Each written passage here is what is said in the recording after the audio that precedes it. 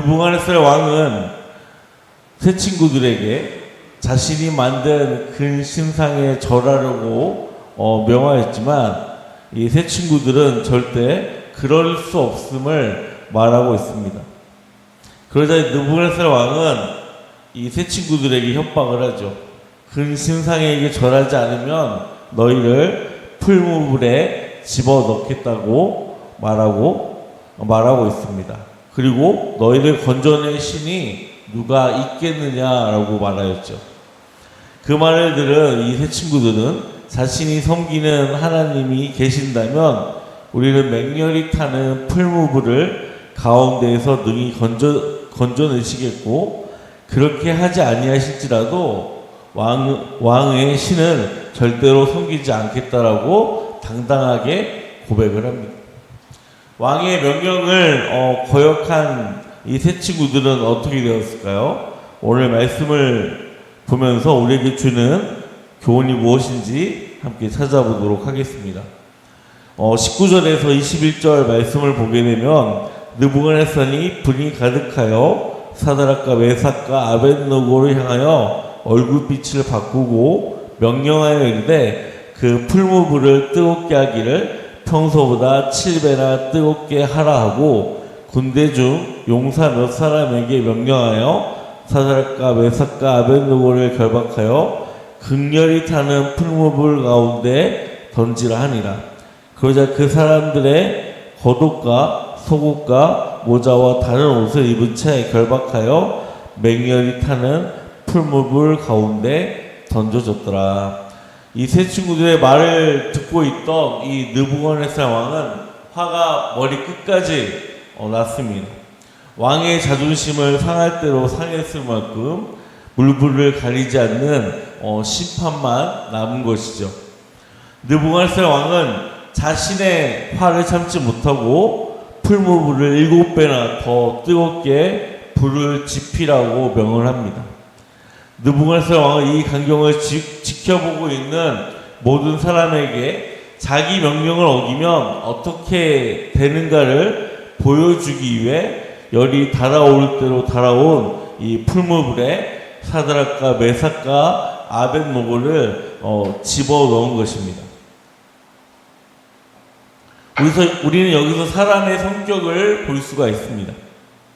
사람은 자기에게 유익할 때는 모든 것을 다 줄 것 같다가도 조금이라도 자기 뜻에 맞지 않으면 얼굴빛이 바꾸어 불같이 분노를 하게 됩니다. 하나님은 우리 곁에 이러한 사람을 두셔서 나를 믿음의 사람으로 연단하시기도 합니다. 우리에게 극렬히 화내는 가족이나 또는 직장 상사의 불에 떨어진다 해도 성도는 그들보다 더 강하신 하나님의 보호하심으로 견딜 수가 있는 것입니다. 성도 여러분, 풀무불처럼 뜨거운 고난 가운데 살고 계십니까? 그보다도 강하신 하나님이 나를 보호하시고 지켜주실 것입니다. 우리를 보호하시고 지켜주시는 하나님만을 믿고 의지하며 나아가는 저와 우리 성도님들이 되시기를 주님의 이름으로 소망합니다. 24절에서 27절 말씀을 보게 되면 그때 느부갓네살 왕이 놀라 급히 일어나서 모사들에게 물어 이르되 우리가 결박하여 불 가운데 던진 자는 세 사람이 아니었느냐 하니 그들이 왕에게 대답하여 이르되 왕이여 올소이다 하더라. 왕이 또 말하 이르되 내가 보니 결박되지 아니한 네 사람이 불 가운데로 다니는데 상하지 아니하였고 그 넷째 모양은 신들의 아들과 같도다 하고 느부갓네살이 맹렬히 타는 풀무불 아기 가까이 가서 불러 이르되 지극히 높으신 하나님의 종 사드락과 메삭 아벳느고야 나와서 이리로 오라 하매 사드락과 메삭과 아벳느고를 불 가운데에서 나온지라. 총독과 지사와 행정관과 왕의 모사들이 모여 이 사람들을 본즉 불이 능히 그들의 몸을 해하지 못하였고 머리털도 그을리지 아니하였고 겉옷빛도 변하지 아니하였고 불탄 냄새도 없었더라. 아멘. 우리가 방금 24절을 보니까요, 희한한 일이 생기게 됩니다. 느부갓네살 왕은 세 친구들을 죽으라고 풀무불에 던져 집어넣었습니다. 그런데 그들은 불에 타 죽지 않고 다시 그 풀무불 안에서 돌아다니는 것입니다. 게다가 풀무불에 던진 사람의 수는 셋이었는데 뜨거운 불길 속에서 서성이는 사람의 수는 4명인 것입니다. 그곳에 한 사람은 누구일까요? 이 성경학자들은 그 한 사람을 성자 하나님, 즉 예수님이라고 증언하고 있습니다.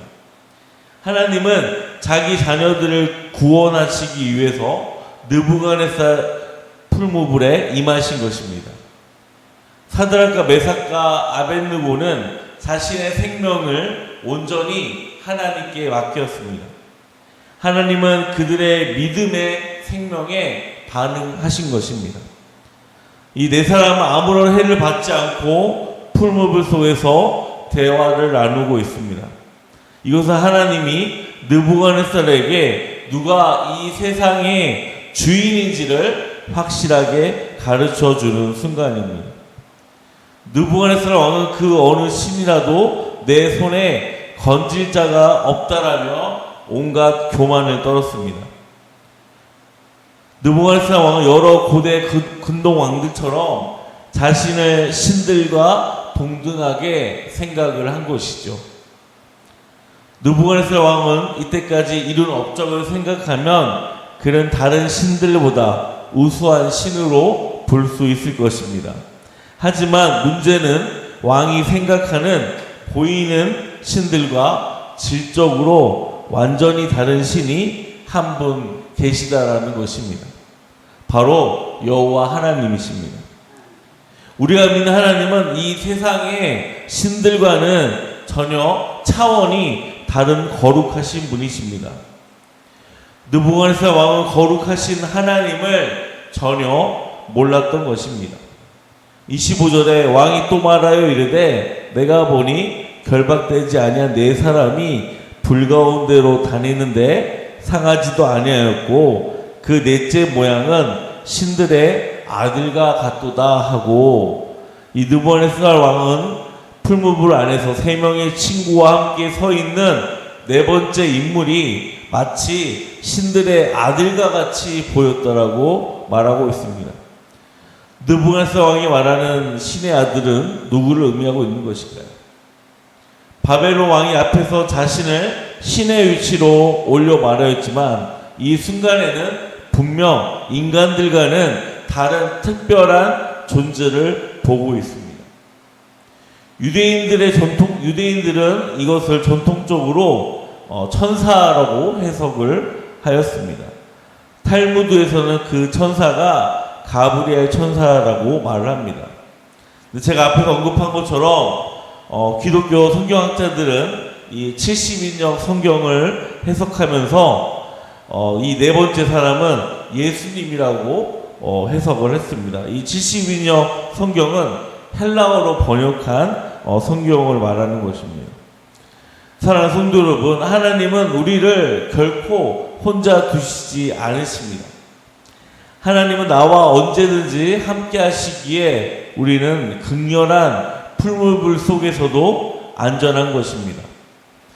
고난 속에서 주님이 나와 함께 하신다는 믿음을 지킬 때 세상이 나를 통해 하나님 나라를 보게 되는 것입니다.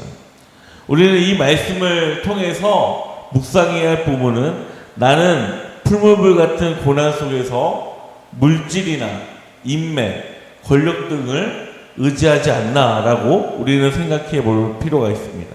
아니면 하나님이 꺼내주실 때까지 그 속에서 말씀으로 인내하고 있는지 우리는 우리의 모습을 살펴봐야 합니다. 우리의 믿음이 전자가 아니길 바랍니다. 우리의 믿음이 후자이길 바랍니다. 만약 내가 믿음이 전자일 경우 이 시간 하나님 앞에서 회개하고 더욱더 그러한 것들을 내가 의지하는 것들을 이 시간 내려놓기를 바랍니다. 제가 지난 시간에도 말씀드렸는데요. 물질과 인맥 권력은 느부갓네살이 만든 금신상이며 우상인 것입니다. 이러한 것에 우리는 의지하는 것이 아니라 우리를 구원하신 하나님만 믿고 기대하고 의지하시는 저와 우리 성도들이 되시기를 주님의 이름으로 소망합니다. 28절과 30절 말씀을 보게 되면 느부갓네살이 말하 이르되 사드락과 메삭과 아벳느고의 하나님을 찬송할지로다. 그가 그의 천사를 보내사 자기를 의뢰하고 그들의 몸을 바쳐 왕의 명목을 거역하고 그 하나님 밖에는 다른 신을 섬기지 아니하면 그에게 절하지 아니한 종들을 구원하셨도다. 그러므로 내가 이제 조서를 내리노니 각 백성과 각 나라와 각 언어를 말하는 자가 모두 사드락과 메삭과 아벳느고의 하나님께 경솔히 말하거든 그 몸을 쪼개고 그 집을 거름토로 삼을지니 이는 이같이 사람을 구원할 다른 신이 없으리라 하더라. 왕이 드디어 사드락과 메삭과 아벳느고를 바벨론 지방에서 더욱 높이니라. 아멘. 하나님 자신의 신들과 동일한 유체를 올려놓았던 느부갓네살에게 그가 알고 있는 신들과 질적으로 다른 신이 있다라는 것을 가르쳐 주었습니다. 이 장에서 다니엘에게 지혜를 주셨던 하나님을 찬양했던 이 느부갓네살 왕이 이번에는 새 친구들의 목숨을 구한 하나님을 또다시 한번 찬양하고 있습니다. 느부갓네살 왕은 자기가 풀무불에 던진 이 사드락과 메삭과 아벳느고에게 신이 천사를 보내 그들의 생명을 구함으로써 하나님의 위대하심을 드러냈기 때문입니다. 또 이 느부갓네살 왕은 바벨론에 거하는 사람들에게 유다 민족의 하나님을 함부로 말하면 엄벌을 받게 될 것이라고 경고하고 있습니다. 느부갓네살 왕은 하나님의 심판을 받을까봐 사드락과 메삭과 아벳느고를 보호하고 그들을 달려서 하나님이 심판하지 않도록 조치를 하고 있는 것입니다. 사드락과 메삭과 아벳느고는 이 사건을 통해서 온 열방 앞에 살아계신 하나님을 찬양하였고요, 하나님께 영광을 돌리게 되었습니다. 하나님은 단순히 느부갓네살의 신들과 대결한 것이 아니라 온 열방의 신들과 대결해서 그들을 한 방에 쓰러뜨린 것입니다. 이 싸움이 바벨론에 사는 유대인에게는 매우 중요한 효과를 발휘하게 된 것이죠. 하나님의 승리가 하나님의 자녀들이 바벨론에서 신앙으로 풀무불 속으로 끌려가는 길을 완전히 폐쇄하였기 때문입니다. 우리가 하나님께 순종할 때 하나님의 영광이 온 세상에 전파될 뿐만 아니라 우리에게도 그 구원이 임하게 되는 것입니다. 사랑하는 성도 여러분, 하나님의 자녀로서 오늘 하루도 우리를 공격해오는 사탄 마귀의 공격에 넘어지지 않고 예수 그리스도의 이름으로 승리함으로 나아가는 저와 우리 성도님들이 되시기를 주님의 이름으로 축복합니다. 기도하겠습니다.